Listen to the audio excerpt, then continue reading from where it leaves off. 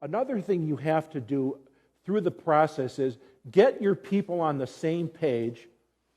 The elevator speech idea is now getting pretty worn out, but I'm just trying to express that if you went to a barbecue and your neighbor said, "What does your company do?"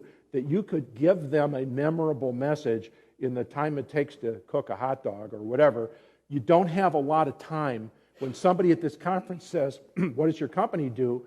is there some way that you could convey to them a little bit about your company, what you sell, where you are, but also why our customers buy from us instead of somebody else? We have the broadest and deepest inventory in our industry. We have the most sophisticated service and repair function anywhere in our industry. Some part of your message about why people choose to buy from you.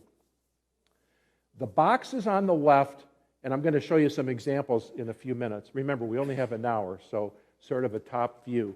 But the boxes on the left are, some people call them sandboxes. They really describe three things that you as a distribution business need to decide, which is where are we going to play, which geographic markets, where are we going to put our people, where are we going to put our branches, where are we going to look for acquisitions. So where are we going to play?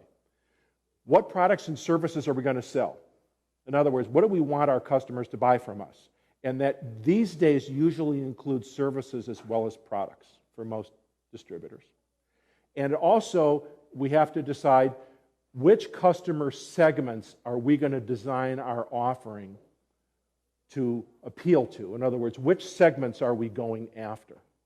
If you're a healthcare distributor, are you going after the hospital market, the long-term care facilities market, the alternate care market, the laboratories and clinics market? So no matter what it is that you're selling, you can slice that into the segments where you are going to deploy resources from your company, and I'll interpret when we get there what those three choices are, this grow, maintain, harvest idea. The numbers aspect of it here, this works, where the objectives for 3 years are, and being a recovering accountant, I have to put numbers on there for you, which is what are we going to say about where we are going to be 3 years from now? It's 2014, and we're working on a plan for 15, 16, and 17. Where do we want to be as of 12/31/17? What do we want our company to look like numerically? A sales goal, a margin percentage. I just threw examples on here, but these are obviously big ones. Pre-tax profit, you may or may not want to put it on there, depending on whether you use open book management in your company or not. Personnel productivity ratio, that is the fraction, the numerator of which is compensation including benefits, the denominator of which is gross margin dollars. So that's an all-encompassing productivity measurement. Pick up your PAR report and see how you compare with your peers. Look at yourself compared to the past. It is the ultimate measure of the productivity of your people.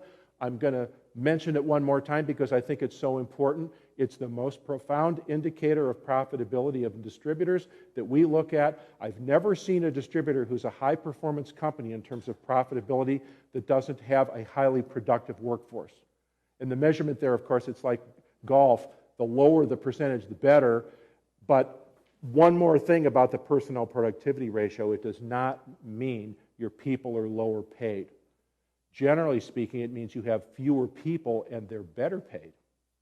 There's less turnover, they're more experienced, they provide more customer satisfaction, you have less turnover and less retraining costs because you're able to attract, retain, and motivate a stable, talented workforce in your company. So some people take away from the message about the PPR that means that you should pay your people less, and I think in general, those companies have fewer people and they actually, on a per capita basis, pay them more.